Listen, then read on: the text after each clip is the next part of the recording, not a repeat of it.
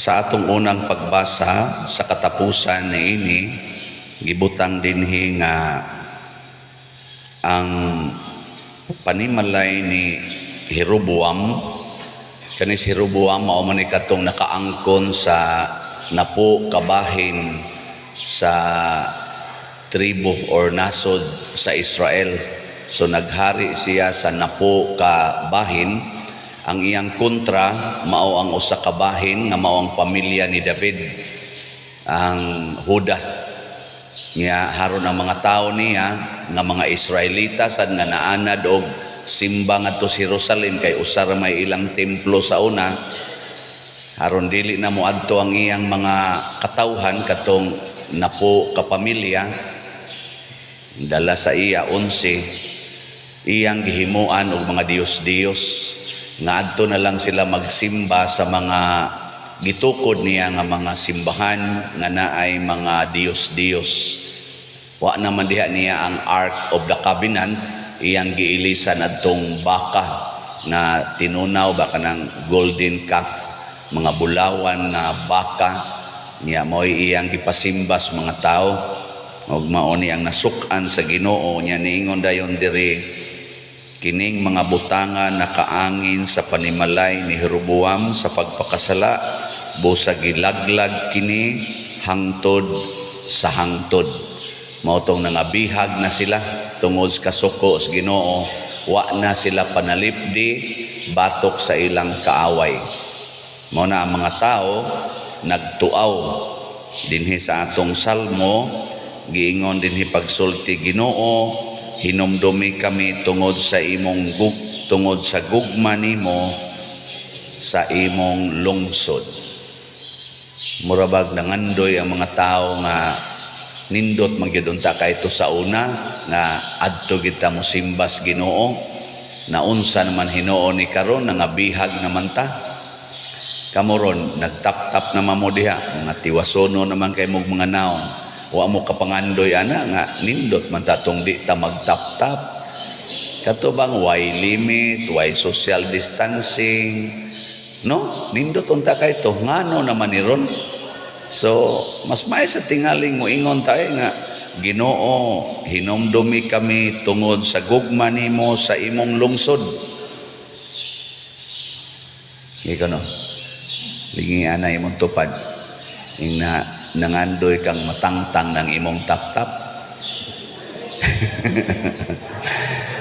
O forever na lang gid na nga ingon ana hangtod ka i-cremate. Ay og mamatay ra batang na COVID, ditso kita sunugon ngadto sa crematorium. Na siya. Luoy ay. Pero nganong nahitabo man ni? Si Jeroboam bisag dili siya obispo, di siya libita, nag-ordina og mga pari. Ani ara bata dinhi ordinahanan ambot lang kisay mo ordin ani. Basig si Jeroboam dali ra kuno kayo, wa na eskwela, wa na kanang ana bang evaluation, wa na. Inig kinsa kuno gusto mo apply pagkapari, ordinahan dayong Jeroboam. Nindota ato no. Mo na ang unang nahitabo galagot ang Ginoo kay gapataka na lag-ordina og pari si Jeroboam. Ang buting pari nga nagwali karon unsa sa kani, nahimutan ba kani sa Ginoo. Nakaron ang Ginoo namati og iyang gipadala ang bag-ong hari, bag-ong pari, bag-ong hari, bag-ong nga propeta. O kinsa man ni siya mao si kinsa man ang makatubag tagaan ako 100. Si Haro di mo katubag, bag-ong pari, bag-ong hari, bag-ong propeta, si Jesus. Nagpakatao na gyud ang anak sa Dios og iyang gipakita nga naluoy siya sa iyang katawhan. Nigawas ang kinaiya sa mga tawhanong kinaiya sa mga apostoles. Ingon siya, papulian ning mga tao kay awaaw kay ning dapita. Unsa may ipakaon na to ani ingos Kristo? Unya gato nang papulion. Tulo ka adlaw na rabaning kuyog-kuyog nato. Yawa na sila mga kaon. Ang uban ana lagyo pa kay kulian. Patay na dihasdan, makuyap pa na. Kaluoy. So ang bagong hari, bagong pari o bagong propeta maluluyon. Maghuna-huna siya sa kaayuhan sa iyang isig katao. Pero ang mga tao sa kalibutan, apil na sa ito mga apostoles nga iyang gipangpili, mga way kaluoy. Kamo, maluluyon mo. Maluluyon mo sa iyong isig katao.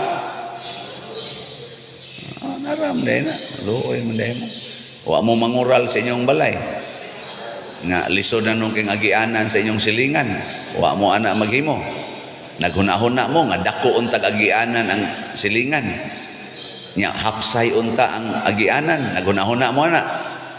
O sige gimong pangural kay kantuhon ko gining akong yuta kay ako kuning yuta sa pitos naman kayo na dai sa bahala ako kuning yuta. Ana, wa mo anang batasana. Dahil ba mo duko-duko diha, pantay lang yun mo. Ay nagsugo ang Ginoo, ayaw na lang na paningla ang utang. Unsa? Di ko maningil sa akong utang, ako man ang kwarta. Saad ba na niya nga mobayad siya? Unsa man? Di ko na paninglon. Wa mo nang batasana. Naluoy mo sa nangutang ninyo nga wa gid tawo ikabayad. Oh, mao na. Ngano gud taong tugutan anak akong bana nga nangabit. Nganong pasayloon man ang nangabit. Disiplinahon, buwagan ng panuway ng dako. Nganong wa na'y batasan. Ana, niya ang sugo ni Kristo ra ba? Pasaylua og kapituan kapito. Kana, ana, naluoy mo sa inyong bana nga 40 taong paningkamot nga makatilaw og lain. Oh, grabe biyang paningkamot, ana. Gisumulan na biyan nimo nya ningkamot in town. Naluoy ka. Oh, tanawa, wa gyud. Ang Ginoo maluluyon. Mao na ni ron ang tubag sa Ginoo aning pag-ingon to. Hinumdumi kami tungod sa imong gugma. Kinsa bagod natoy waysa ako makasasalang dako. Apil na to diri nga basa-basa og nagkanta-kanta diri. Utro sa to makasasala tong dagko. Ipakapin pa to natong nagbasa sa ebanghelyo. Kadto. Pero maluluyon ang Ginoo. Ug makasasala mi diri nga nag-alagad, samot na mo dihang gaduka-duka. Wa mangay mo yung mga klaro, duka-duka ra mo diha, wa mangay mo minaw gaig tarong. Mao na nga pulos ta mga makasasala. Pero ang Ginoo naluoy nato. Mao nang unsay makaayo nato aron dili ta kuyapan desdan sa atong panaw gihatag sa Ginoo. Ang panaw sa pagpauli kanang gitawag og pagpauli sa atong Pinoyanan dinhis kalibutan gitawag ni dato og spiritual pilgrimage. Nagbiyahe ta dinhis kalibutan og di tatagaan sa Ginoo spiritual nourishment, mga matay ta dinhis dan. Buntugon ta siyawa o giunsa man ta pagbuntog sa yawa dinhi iya tang tudluan nga anhi na lang ta dinhi din ata mangadtog langit maghimo tag atong langit dinhi mo to'y gibuhat ni Jeroboam ay namug-adto sa Jerusalem nganong moadto mamuan ang inyong templo anhi na lang ta dinhi maghimo tag atong Ginoo. Mo na ron dinis kalibutan gahimo na tag atong Ginoo ang imong balay nahimo na nimong imong Ginoo ang imong sakyanan ang imong kwarta ang imong posisyon diha sa gobyerno din adyog ka mosugot nga ilisan mo nang dinautay to the max karon panahon sa eleksyon siging dinautay puros ra bagita dautonon. Kanabang murabag gusto tang maghimog atong kingdom dinhis kalibutan nya magsimba na ta sa mga Ginoo nga atong gipili. mga idols nato. Mabtanang naay moari dire niya magsigig pa picture diha nang akong picture nas gawas. Ana bang akong smile sa ko diha ba? Wala bagi angay. Ada gawas ba? Nakapa-picture na mo ana. Wa no. Mao na inyong batasan. Pero naay mga tagalaing lugar manganhi dinhi. Gahapon lang dinhi ni anhi. So, perti nila diyang pa-picture. Gikan ko dito sa Manghilaw ba, nagmisa. Pag-abot ako, dihagin sila, gapundok sila maayo. Pulos ra ba mga babae, pero tanaw na ako noon, arang-arang ugnaw nga nguban. Pero tiwasuno na sad. So pagkakita ginila nako, ingon hala niya na spati. Singgit gid sila, ninggakos gid ako, ay gakos nako kay makubit ta. Ingon siya mingaw kay kun nimo padir niya, lipay kay kung naadjud ka. Ana sila. Ako sus akong parishioner diri giluod na ning akong naong. Ang sama na siya, ang kuyaw og magsige mo lagi ingon idol kay ti kapadir nako ayaw in taon na ang Ginoo mo idol dili ako. Kay kining akong gipangsulti, kining akong gipangwali, naningkamot ra man sad ko og paggamit sa Ginoo aron ipadangat sa Ginoo ang iyang mensahe nganha ninyo. Sama pananglit, niingon ang Ginoo, pamalit mog slot. Tabangin ninyo ang akong simbahan. O ana, igor akong namaligya og slot, mouthpiece ra ko sa Ginoo. So ang nipalit og slot para sa kaayuhan sa simbahan, para sa mga proyekto din sa simbahan, nahiusa mo sa tinuod nga Ginoo, dili nga rin ako. Nasa'y magsigigingon, dako na jud kay kag nabuhat diri pader. Dako na jud kay kag nabuhat dinhi sa atong parokya. Og di atungod nimo, di ni mahitabo. Ayaw in taon mo ana, pwede ra jud kog mamatay karong gabi Magpili ra gid na ang Ginoo og lain na sa niyang instrumento para pagpadayon aning iyang proyekto. Project kinis Ginoo pagpakita nato nga nahinumdom siya nato tungod kay nahigugma siya nato. Dili kay padersyano mo inyong pasanginlan Pero sa pagkakarong buhi pa ko pamalit sad mong slot. Di ba? Ayaw na lang sa Ginoo, unya na lang, sunod na lang sang project, karon na lang. Pila na ihalin nato sa Mother Mary's Healing and Deliverance para manis atong kapilinya. Arang-arang na dala sa misulo dito sa foundations kapilinya, ang slots na nga nahalin niabot nag 1,604 slots. Pakpak. 8,396 slots na lang ang atong igbabaligya. Og mahurot ni karong February 28, lipay kayo ang simbahan. Di kita makuyapan. Nya kanasan nakapalit, lipayon sa nas Ginoo. Punan pas Ginoo og daghan. Tanawa kadtong pito kapan nga gi-share sa tao nga nagda atong pito kapan. Unsa may nahitabo? Ang salin nga nahipos nakaabot sa 7 kabukag. Pasubrahan gina kana bitang manghatag. Pasubrahan gina sa Ginoo. Pero kanang magsigilag pangayo, mga buang mo na. Hatag yun, hatag. Lagi. Kaya kita raban, harabag kita tendency, mangayo ra yun. Hatag yun. Ako, kadaghanan na ako balik-balik din ni atong hapit, wapa ko'y kaon, estudyante pa ko ato, first year, second year college, 1984. Wapay hapit yun kwarta, maglakaw ra kasagaran, haron maka-eskwela, lakaw, tag-upat ka kilometro, usay 12 pa ka kilometro. Pero nang hatag yun ko sa akong nakatunan, organize kong mga batanon, hatag ko sa tanang abilidad aron mulampos ang mga activities ug hangtod karon naa na ron nagpabili na rong grupuha. So god atong 1984 nahimong choir pagka 1985 sa Guadalupe hangtod karon choir lang gyapon sila nagitawag og the Streamers Choir. Ako say nagmugnaan ng word nga streamers, kaya nga mong lugar dito, tuburan man sa mga tubig nga nahimong sapa, padong diha nang gitawag og sapa sa Guadalupe. Ang daghang tubudan na tuwa dito sa amo, sa Kahugan. Streams ba? Ginagmay nga streams. Nako kinahanglan mubaha ta padong adto sa syudad.